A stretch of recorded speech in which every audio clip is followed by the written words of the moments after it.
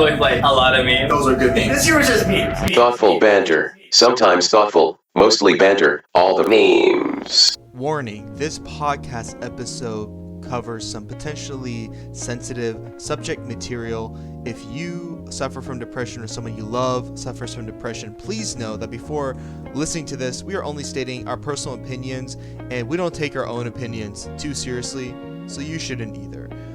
We're just here to provide some discourse and open up some conversation. We're not here to die on this hill with our opinions. We're just here to talk and have some maybe thoughtful banter, inshallah. So please, we hope you enjoyed this episode, and if you don't enjoy it, that's fine. Let us know in the comment section below why you don't, and maybe we can start some healthy discourse. Yo, what is going on, ladies and gentlemen? Welcome to the Thoughtful Banter Podcast. Are we on episode 8 right now? We are on episode 8. Yep, episode 8. Wow, subhanallah. I'm your host, MAHDI, along here with my co-host, HUSSAYN. Yes, sir. Wow, the support's been tremendous. Thank you guys so much. Quickly, I want to say this episode is sponsored by us. Go to patreon.com/thoughtfulbanter and you can check out exclusive content. We actually just now finished recording some exclusive content, so you guys want to hear about like us being married recently. Not us two getting married. Well, I don't know why I phrase it like that. The fact that like we both got married recently, and just our thoughts about marriage and some general life advice. Our personal keys and advice for getting married. Go check that out. And if you just want to hear us talk about whatever, go check out the Patreon as well. It is the best way to support us because we keep getting messages. Guys, how can we support the podcast? I'm telling you right now, the best way is Patreon. So please go check that out. Now, in today's episode, we're kind of taking a turn. We're kind of going over like edgy territory, territory where people might be offended. Even some people we care about be offended. That's not our intentions, but we can't control other people's reactions as well. So ultimately, I'm not too pressed about hurting people's feelings. Just know my intentions. Is depression real, bro? I mean, I think it's more just before we hop into this. It's a yes or no question, bro. Listen, I'm not even like discussing the subject. I'm discussing what you said about feelings. We're open to. This is not like something. At least me personally have like an opinion in which I cannot be moved on. Like I'm certainly willing, like open to discussion. And again, this is not really to offend anybody. This is just to offer maybe I'm hard-minded, bro. A different perspective about these type of things. So is depression real? Yes. Bro, depression not real. Nah, depression real. That's just me kind of being, what's it called? Tongue in cheek? Is that the phrase? I don't know. I don't know what that means. Okay, you gotta disrespect me like that. Take this outside. Depression is obviously real. All right. But I think a lot of times we get caught up in our culture today around depression, which I personally believe to be almost completely toxic and idiotic. Can they hear that? I have no idea.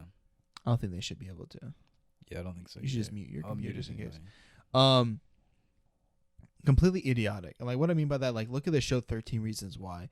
I personally feel like it perfectly exemplifies, and it is exaggerated, it is Hollywood, but I do think it exemplifies our current culture today around mental health. And it talks about a lot of different things at the same time. But if you guys haven't watched the show, essentially the show's about a girl, spoiler alert, she kills herself. And the whole show is about why it's everyone else's fault. Yeah. So she makes like 13 tapes, and each tape is for a specific person, and it gives the specific reason for why she killed herself. Yeah. And like a lot of the tapes were honestly just really stupid reasons. Like one of the tapes was I was bullied in poetry class when I talked about my sensual poetry, and people roasted me. Like she could have wrote one tape or recorded one tape and sent it to the cops, and her life would have been different. One tape. I don't know why I should be laughing on this episode, but anyway. I mean, like I think it's funny because it's like kids are watching this show. Yeah, and that's not a laughing matter. Kids are watching this, and kids are very impressionable, especially nowadays with social. Like we I don't want to like sound like every single podcaster ever, but we all know that mental health issues are highest they've ever been in our recorded history of mental health. Especially like since the pandemic started a year ago. Yeah. Everyone's been very isolated inside their houses, especially people with like elderly parents or Yeah. like so who are even now kind of. I guess once more people start getting vaccinated, maybe they'll come out. But especially people with older parents, elderly parents, people at risk, you know, they've been in the house for a long time now, and they've had nothing but their own thoughts. Yeah. And it's just like, I mean, we're just getting a better understanding.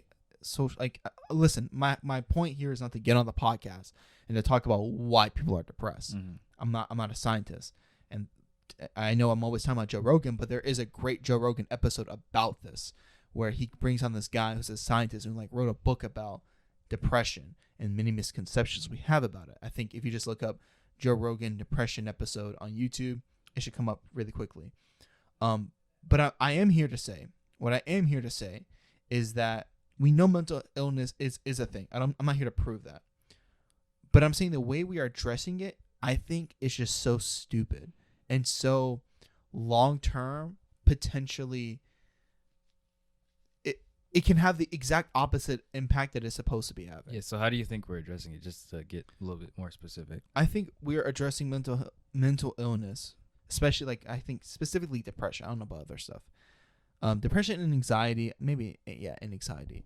I think we address depression and anxiety by, number one, thinking that normalizing it fixes it. So you see everyone like the what do you see on Twitter right now? People just tweet depressing things like it's cool. It's no longer, I need help. This is not a cry for help. It's like, I'm just raw dogging this depression. I've seen a lot of posts like that. It's like, no meds, no nothing. Yeah. You know, stress. I'm just raw dogging this. I'm out here raw dogging this depression. What a thing. Jeez. Like people just like, another day, haven't killed myself yet. Like really depressing things, and people are like liking this tweet. I'm like, do you need help, bro? Why are you tweeting this? Why is this on my timeline? You good, G? You're not depressed, bro. You want attention. Or like other people talk about anxiety, and it's like this one is really weird for me. People talk about social anxiety, like haven't left the house all week because my social anxiety. You're tweeting this? Why? Do you want help? No, like like I'm not roasting. Do you want help? Is anyone hitting you up? Is tweeting, do you really think tweeting about this to your public social media for all your followers to see is the best way to ask for help? Yeah. Are you not like, do you not have any friend you can DM? Hey, bro, I have social anxiety. I need some help. I need some help getting out the house. Why are you tweeting it? Why are you putting your Instagram story? And I know someone's going to be like, because that's, I'm just down bad. Okay. That I don't buy. That I don't buy. What I believe it is, when people do stuff like that without talking to anyone else personally first, I think that is somehow people like people want a place to belong, and people want to feel included, and people want to feel like they matter. And because they see that there is this big online movement that is trying to raise awareness about depression and anxiety, that they're just using that to find their place to belong. To find their place. Because I think truth is people are sad. Like I get sad all the time. I get anxious sometimes. I don't really. I hardly get anxious, but you know, these are emotions I relate to, and I can understand how people will hang on to that one emotion because there is an entire group of people who are there to validate you whenever you're hanging on to it. I mean, it's kind of like what you talked about, identifying with your sins.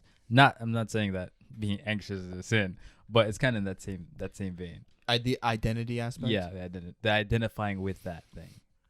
Can you explain more what you mean by that? You just said it. You Like, identify with being anxious, and you have a whole community of people who are supporting you in your who will then support you in your anxiety. Yeah, and that identity is powerful, like because people just need identities, especially nowadays, especially like where we live today. Like this is not what the world was 200 years ago.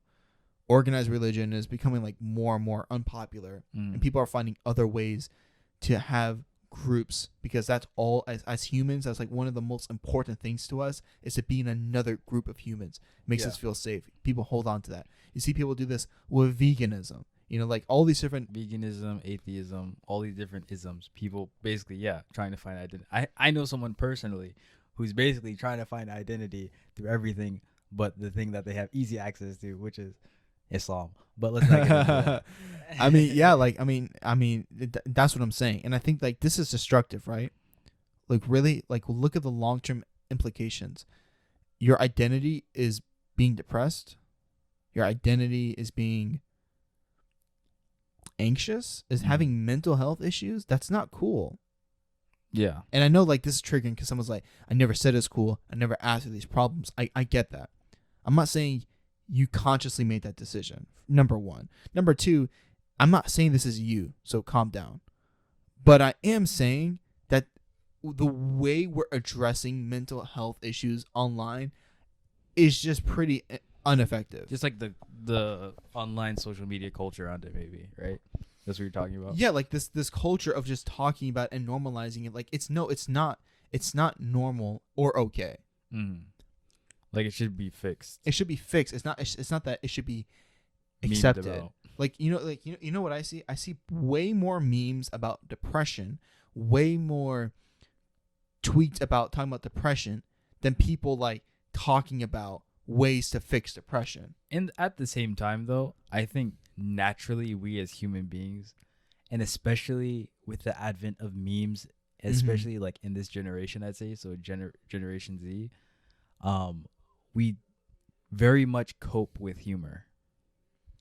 Yeah, that's like that's something true. that's something we do a lot. I've definitely coped with depression through many depressing memes. Cope with memes, you know. Yeah, like World War III or whatever. when that meme was happening, when they started recruiting me and my boys last year, like the Twitter was just filled with memes, like laughing about a war, potential I mean, devastation I don't of think, everyone. like World War. I didn't think World War III was gonna happen, but there were legitimately people. I'm sure there were legitimately people who thought that was a possibility, and we're still laughing at memes on the internet. I was and making memes. I didn't make any, but I was laughing, Uh-huh. and I thought it was a possibility. So I get what you're saying, but then I also kind of think that I don't know. It's natural. I'd say my bigger issue with depression is kind of, and this isn't something that's like maybe stated a lot of times, but at least in the non-professional world, because as far as I know, I've gone to therapy. Like, I'm just gonna be candid. I've gone to therapy. I've gone to different therapists about, I don't know if it was depression. Maybe it was depression. I don't know. I wasn't like diagnosed. You just needed help. But I talked to people about Yeah. this kind of stuff. And from a professional aspect, as far as what I learned from those people, this is not even what's practiced in like therapy, or like this is what's practiced by therapists.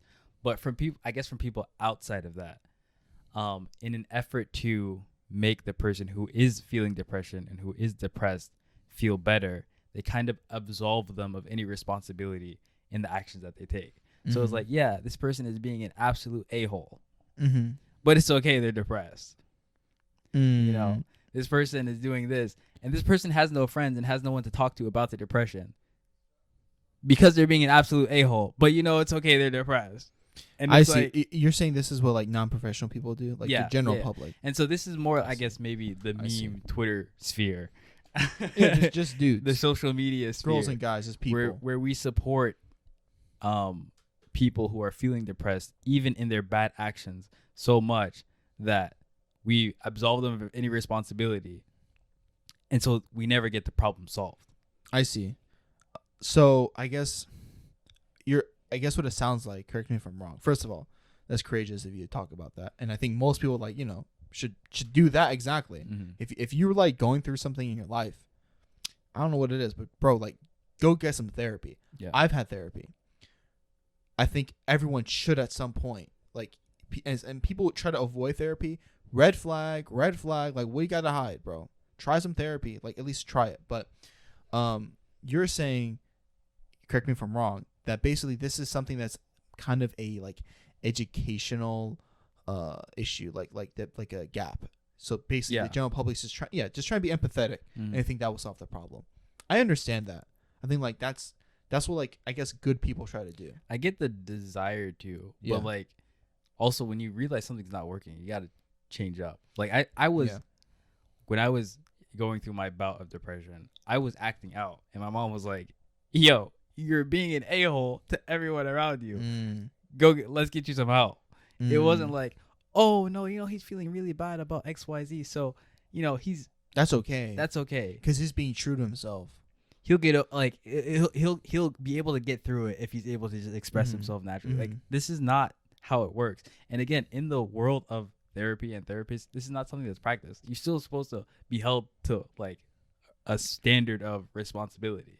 Yeah, this word responsibility is what we're missing. And I'm not trying to sound like Jordan Peterson out here. I know like this can get like lost in the sauce, and I'm by no means like am I trying to say that like people are always 100% responsible for everything that's wrong, but at the same time you have a responsibility to act a certain way, to be a certain way, to make your life as good as it can be.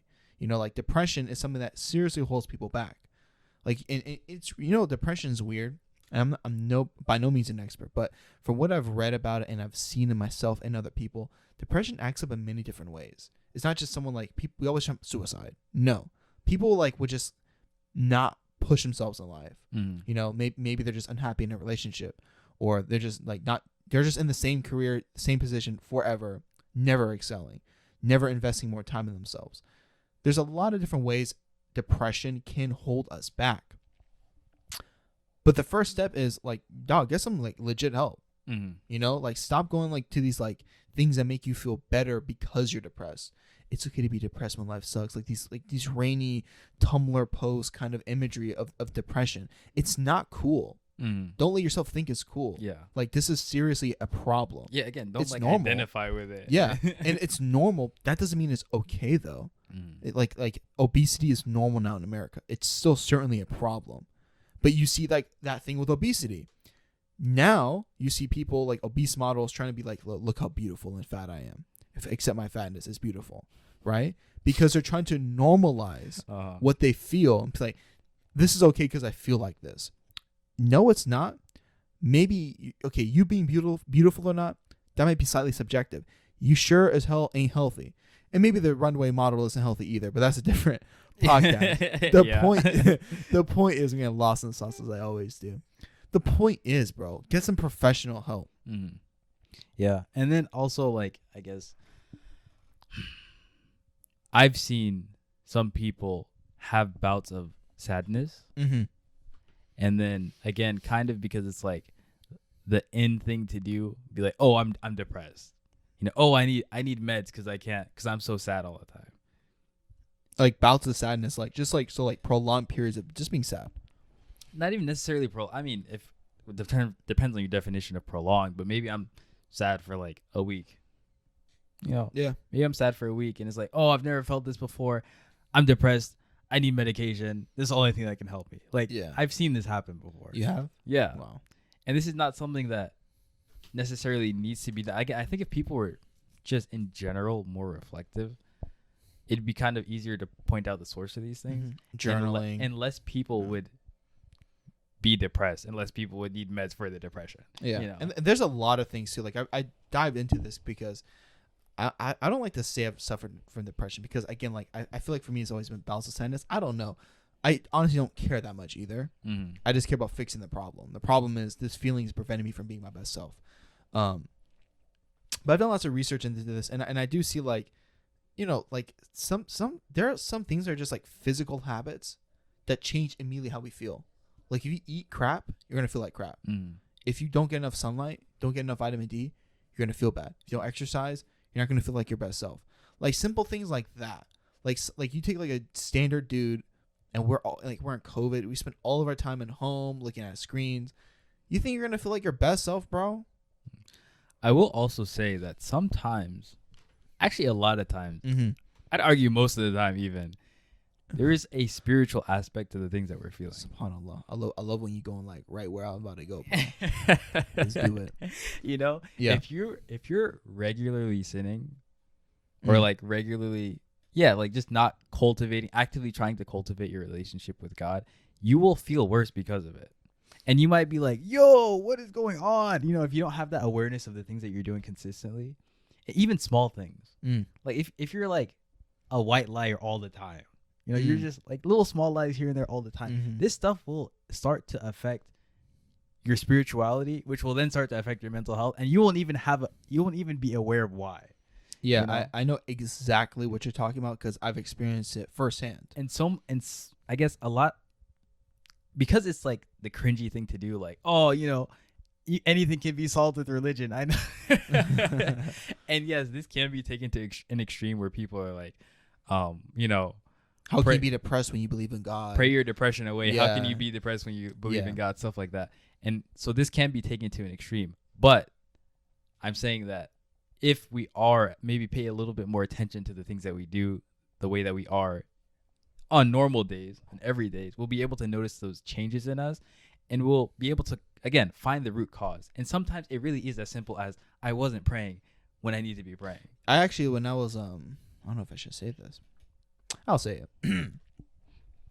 Cancel alert. No, just when I was younger, when I was so trying to find myself, like find out if Islam was for me, find out if this was really my religion. I was not sold on praying, and I was like, bro, why am I praying, bro? This is a drag. And ever since I conducted this experiment on myself, I knew, like, you know what, bro, the praying works. I don't know why, but I did an experiment where for a period of time I didn't mix a lot. I was like young.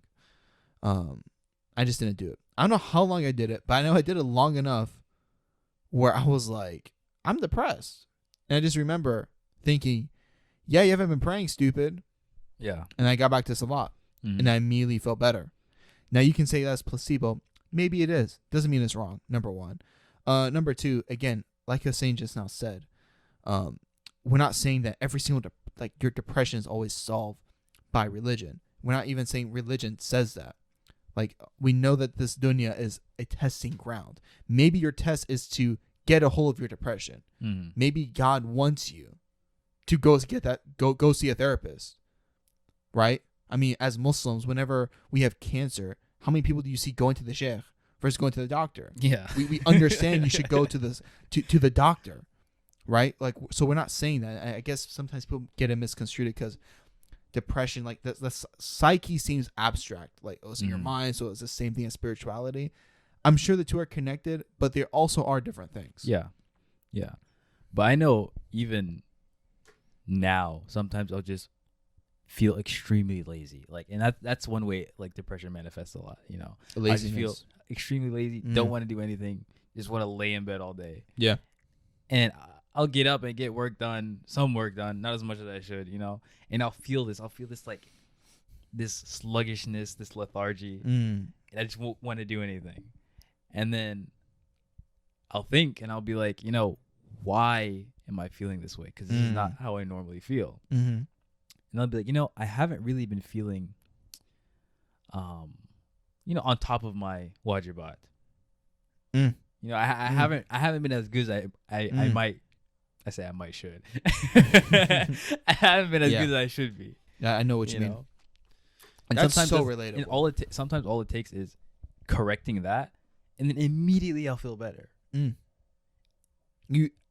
Bro. Oh, I don't care. People like, you're saying guys are so religious and cringy, bro. This is our experience, right? Like, I know what you mean. It's like it really feels like like shaitan, like the devil's on you, bro. Like this glue, like slowing down your movements. Like you're playing Call of Duty, you get hit like a stun grenade. Like you're moving slowly, but like really, as soon as you like put that, you get on your wudu, you make your intentions. Like, I'm gonna make salat, I gotta pray. I don't care how I feel right now. I know I need to pray. I swear you feel different. And it might not hit immediately. Maybe it'll hit in salat. But you'd be like 6 hours later, a day later, you're doing it consistently. You're like, huh. I have this weight gone. I have this like more clarity. Yeah. I mean, your fitrah is, like, we know that's real. So obviously when you have something in you that's naturally inclined towards God, when you take it away from that, you're gonna feel like, at least if your fitrah is like in good shape, yeah, you're gonna feel that loss, It always like it makes me just think about like kind of like computers, like, bro, like you need an update. You know, like your computer not acting right. Like, bro, your Windows in the bottom right hand corner, like Windows 10 needs update. Like update your machine, bro. Get synchronized. And I will say sometimes it could even be you're doing too much religious stuff. You know. Yeah. That could also be talk more about that. That could That's also fire. be the case. You know, if I'm doing So like, how can more? I'll ask you this as an audience. Like, that sounds super crazy. What do you mean? Why would doing more religious things make me feel worse? Shouldn't I get closer? Shouldn't I feel better? I mean, I don't have like I'm not a scholar. I don't have like a super scholarly religious answer to give you. I just know that sometimes you're just not ready. You know, if I could, It's too much. Again, if I could equate it to weightlifting, which is something we do I a was lot. just about to say that. We do lift. If you go in the gym, Nice flex. and you put 3 plates on a deadlift, and you bust out 1 rep, like, but you are grinding on that rep, grinding on that rep. Nothing else left in the tank. And then for the next 7 days, 5-7 days, you can't touch a barbell because you just drained yourself from that. Yeah. Like that's a real thing, and that can happen with our spirituality as well. Yeah. You know, if you're waking up for Salatul Layl every night and you're doing all the like nafila prayers in between, you might just not be ready for that, and you might have to work up to it, and that might burn you out. Yeah, and it's burnout is real, and I love that example of lifting weights. Because I felt that in the gym, and I felt that spiritually. I remember I had a friend. We set like a goal. We're gonna do like Salatul Layl with each other every night. Maybe got like a weekend, and then it just fell off. And then because I didn't because I thought what I was doing was smart, I didn't see what I was doing is wrong. But then I burnt out so hard that ended up impacting like me even doing my wajibat. Exactly. Like, I'm so burnt out from this. It's just like a gym routine, you know, and like that's why it's like, dude, you can't train too hard. And this reminds me of the hadith, one of my favorite ones, because it's just so simple and there's so much knowledge in there that I don't even fully comprehend. But I believe it's by Rasulullah, peace be upon him, and it says something like, a small good deed done consistently is better than a large good deed done sporadically. I'm like, why is that? Because programming consistency is important. Why do we not treat our deen like other things in life that are important? Yeah. Like we treat like an art, a craft, like martial arts, anything we take seriously, we program in our lives. We create systems around. James Clear again. Let's go, baby. I mean, we were talking about this on another video we made, but like actually that video's on our Patreon right now. If you guys can go check it out, patreon.com/thoughtful banter if you want to check that out. We're talking about James Clear and creating new habits and systems for success. Yeah, I completely forgot what my train bad. of thought was, but I had to go in with a plug. No, I get it. I think I was saying, I don't remember. You're talking about systems. Like, whenever we have these important things, we always create systems. But with spirituality, what do? Oh yeah, we act like it's something completely different. Yeah, It's just natural. And systems require doing things when you don't feel like doing them. That's why there's a system. You know, like you're supposed to fall back on the system when you don't feel like doing it. You know. Anyways, I mean, sorry, what you're saying? No, I was just gonna loop it back around to depression. Yeah. I mean, I just want to say, like, the thing about systems and like spiritualities, like we kind of see that in the Islamic calendar. You see what I'm saying? Shaban, Rajab, everything is leading up to Ramadan.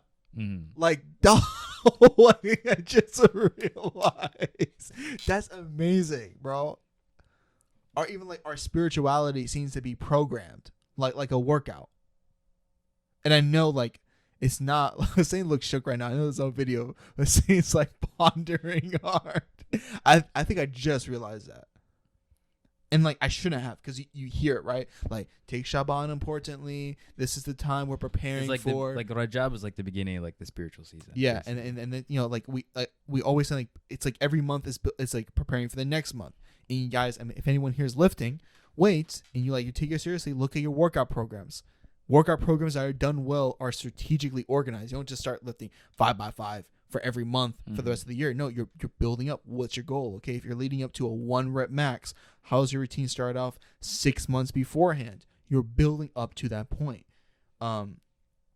It's just something to think about, because we think like, you know, spirituality, Like getting close to God, oh, it's just gonna happen naturally. Feeling good, not being depressed, just gonna happen naturally. No, these things take work. Yeah. This is a thing about the dunya. And I was actually recently listening to a lecture by Sayyid Asad Jafri on my way to work today. He was just talking about like, bro, like there's a story of like this man talking to Imam MAHDI alayhi salam, and he's just always complaining. It's like, and the Imam, and he complains to the Imam for like a couple of hours, and the Imam is like, I'll make dua for you. And the man comes back next day, he's like, Imam, like my problems are still here, like they're worse. I got this new joint. And Sayyid was making like a really great point, like, like we stay complaining about like this dunya like it matters. like this is like our resting ground, and like we're not like we're being so and totally ungrateful. Like we need to get like a bird's eye view sometimes of this life. Yeah. Like we forget this is not where we permanently reside. That's really hard to get a hold of. But like that's part of the reason like our problems, like I don't know, man. I'm not trying to get like too mega deep. I'm just like, long, like just think about anything. And I know this is obnoxious. If you're depressed, first of all, you probably stop listening. I don't blame you. This preachy guy talking in your ear, not understand what you're going through. And I'm not saying your problems aren't real, but what I'm saying is, dog, like there's a big picture in mind.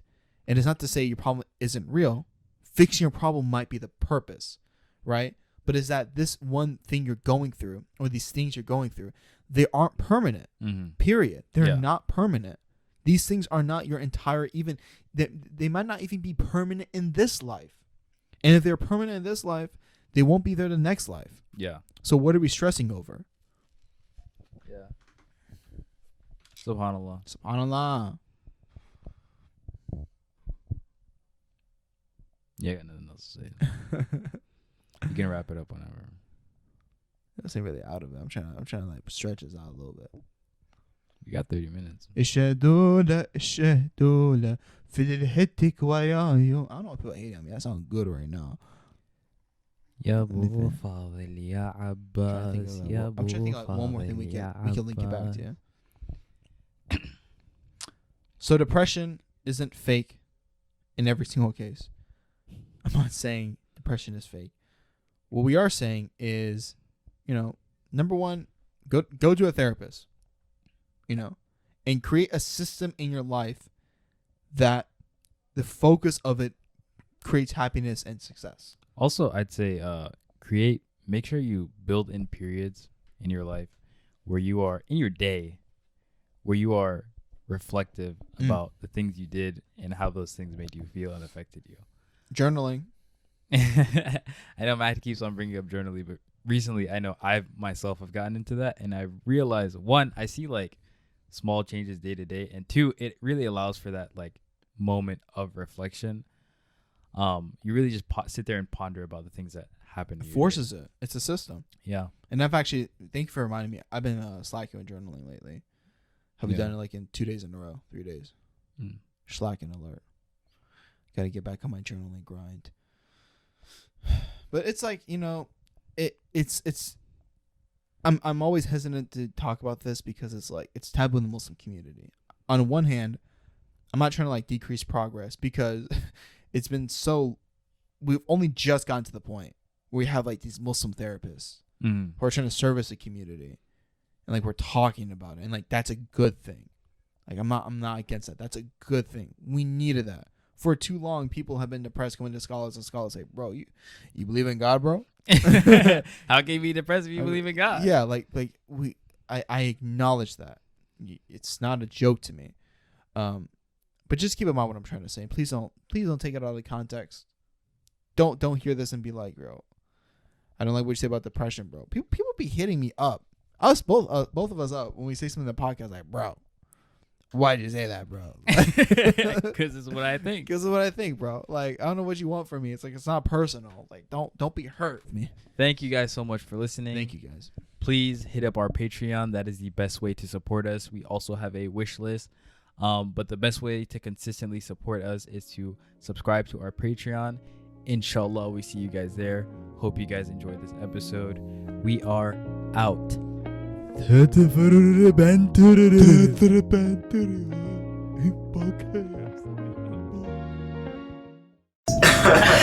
That looked like a lot of memes. Those are good memes. This year was just memes. Thoughtful banter. Sometimes thoughtful, mostly banter. All the memes.